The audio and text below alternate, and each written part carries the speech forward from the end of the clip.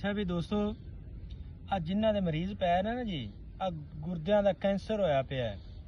आखिरी स्टेज ने बेचारे बिल्कुल बड़े परेशान साह बड़ा औखा लेंदे पै ने आ मशीन ला दे ना जो गुर्दे वाश करन दी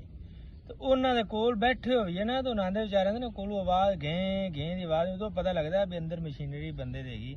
पहले बंदे नहीं पता होंदा ना एहसास होंदा कि मैं बंदा मेरे अंदर अल्लाह पाक ने कुदरती मशीनरी फिट की हुई जो इस मुसीबत बंदा आ जाता है ना या अजमैश बंदा आ जाता है उसले उनके कोल जाओ ना तो जिमें साह लेंदा है जिमें वो गरीब सौंदा है अल्लाह माफ़ करे उनके कोल पुछण वाला होंदा है भी तंदरुस्ती हज़ार नेमत है तंग दस्ती से तंदरुस्ती हज़ार नेमत है। तो मेरा भाई उसले समझ आती है भी ये जरा बजुर्गों ने गल की सही की या गलत की ऐ वेखदे पे जे बूटे इनू खार खसक भी सदे जे इनू पखड़ा भी बोलते जे ये कोशिश करनी है भी बरानी होवे किधरे पानी दे लागे ना होवे भी पानी लगदा रहिंदा होवे आम ये अल्लाह पाक दी रहमत नाल ही होवे बाहर बरानी जाना है अल्लाह दी रहमत ही उगदा हुंदा जी। एनू फल लग्या होया इस टाइम ए फुल तैयार खड़ा है ए दवाई दे बिल्कुल काबल खड़ा जी। इनू जड़ समेत पट्टो मोटी चू पट के छोटे छोटे टुकड़े करो करके रेत मिट्टी आरश होंदी खुला पानी लवो उहदे विच पे के रखना नहीं तेज तेज हथ मारने ने या कंडियां दा डर होवे ते स्टिक नाल मार लेने इनू वाश करो करके इनू मेरा भाई सुकाओ खुशक करो इनदा पाउडर बनाओ कम से कम एक पाइया इनदा पाउडर बना लो इसे पखड़े दा ही कोई सेर को हो जावे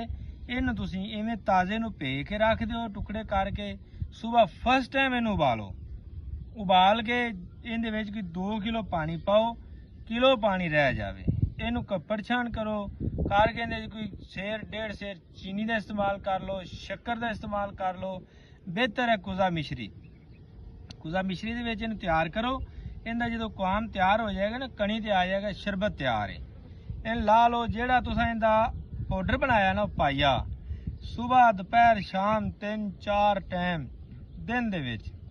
ऐस शरबत दे नाल ओ अद्धा चम्मच दिओ इंशाअल्लाह मेरे रब करीम ने चाहया ना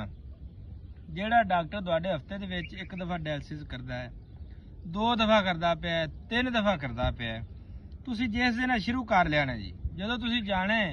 तुहानू डॉक्टर कहेगा कि पहले दी निस्बत तुसीं बेहतर जी फिर जो तुसीं जाओगे अगले टाइम ते डॉक्टर कहेगा कि पहले दी निस्बत तुसीं मजीद बेहतर जी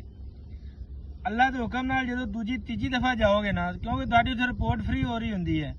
डॉक्टर जो भी डायलिसिस करता है रिपोर्ट करता है उन्हें जांदियां वेखना है वेख के तुहानू मुबारक देगा अल्लाह के फजल नाल कि भाई साहब मुबारक तुहाडा मरीज तो बिल्कुल क्लीयर है साडे कोल इहनू की लैना आ जे ਉਹ ਜਿਹੜੇ ਤੁਹਾਡੇ ਮਸ਼ੀਨਰੀ ਲੱਗੀ ਹੁੰਦੀ ਨਾ ਇੱਥੇ ਕਈਆਂ ਦੇ ਇੱਥੇ ਲਾਉਂਦੇ ਨੇ ਕਈਆਂ ਨੂੰ ਇੱਥੇ ਲਾ ਦਿੰਦੇ ਤੇ ਮੇਰਾ ਭਾਈ ਉਹ ਤੁਹਾਡੀ ਮਸ਼ੀਨ ਕੱਢਦੇ ਸੀ ਤੇ ਤੁਹਾਨੂੰ ਖੁਸ਼ਬਾਸ਼ ਕਰਕੇ ਖਿਲਾਵੇਗਾ ਇਹ ਵੇਖੋ ਨਾ ਕੁਦਰਤੀ ਚੀਜ਼ ਹੈ ਨਮਕੀਆਤ ਹੈ ਇਹਦੇ ਵਿੱਚ ਅੱਲਾਹ ਪਾਕ ਨੇ ਤਾਕਤ ਰੱਖੀ ਉਹ ਸ਼ਾਨ ਰੱਖੀ ਜਿੰਨੀ ਗੁਰਦੇ ਦੀ ਬਲੋਕੇਜ ਹੈ ਨਾ ਇਹ ਖੋਲ ਦਿੰਦਾ ਜੀ ਇਹਦੇ ਵਿੱਚ ਉਹ ਕੈਮੀਕਲ ਹੈ